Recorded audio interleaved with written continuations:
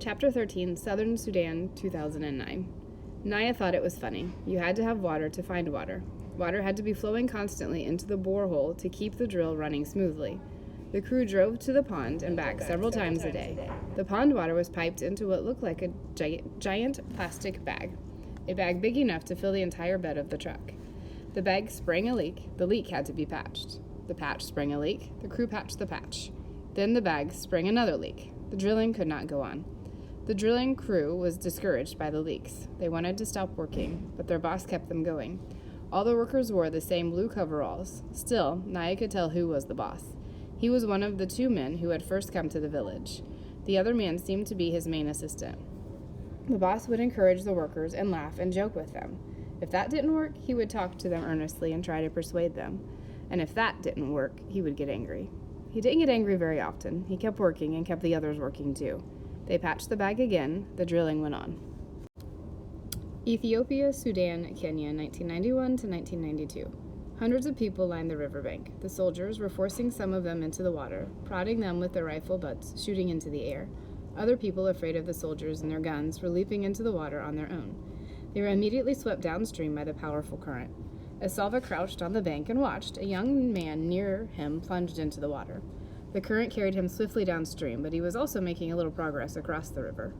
Then Salva saw the telltale flick of a crocodile's tail as it flopped into the water near the young man. Moments later, the man's head jerked oddly, once, twice. His mouth was open. Perhaps he was screaming, but Salva could not hear him over the din of the crowd and the rain. A moment later, the man was pulled under. A cloud of red stained the water. The rain was still pouring down, and now bullets were pouring down as well. The soldiers started shooting into the river, aiming their guns at the people who were trying to get across. Why? Why are they shooting at us? Salva had no choice. He jumped into the water and began to swim. A boy next to him grabbed him around the neck and clung to him tightly. Salva was forced under the surface without time to take more than a quick, shallow breath. Salva struggled, kicking, clawing. He's holding on to me too hard. I can't. Air. No air left. Suddenly the boy's grip loosened and Salva launched himself upward. He threw his head back and took a huge gulp of air. For a few moments he could do nothing but gasp and choke. When his vision cleared, he saw why the boy had let go. He was floating with his head down, blood streaming from a bullet hole in the back of his neck. Stunned, Salva realized that being forced under the water had probably saved his life. But there was no time to marvel over this. More crocodiles were launching themselves off the banks. The rain, the mad current, the bullets, the crocodiles, the welter of arms and legs, the screams, the blood. He had to get across somehow.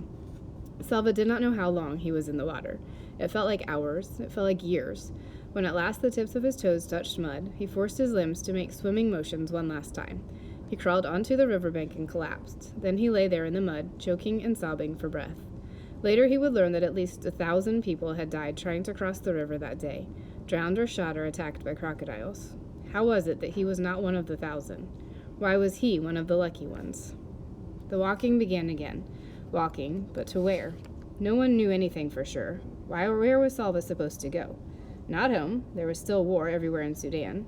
Not back to Ethiopia. The soldiers would shoot us. Kenya. There were supposed to be refugee camps in Kenya. Salva made up his mind. He would walk south to Kenya. He did not know what he would find once he got there, but it seemed to be his best choice.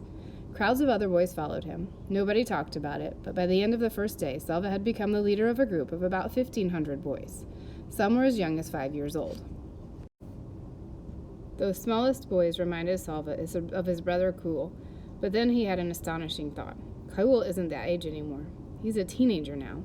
Salva found that he could only think of his brothers and sisters as they were when he had last seen them, not as they would be now. They were traveling through a part of Sudan still plagued by war. The fighting and bombing were worst during the day, so Salva decided that the group should hide when the sun shone and do their walking at night. But in the darkness, it was hard to be sure they were headed in the right direction. Sometimes the boys traveled for days only to realize that they had gone in a huge circle. This happened so many times that Salva lost count. They met other groups of boys all walking south. Every group had stories of terrible peril. Boys who had been hurt or killed by bullets or bombs, attacked by wild animals, or left behind because they were too weak or sick to keep up. When Salva heard the stories, he thought of Mariel. He felt his determination growing as it had in the days after Uncle's death. I will get us safely to Kenya, he thought, no matter how hard it is.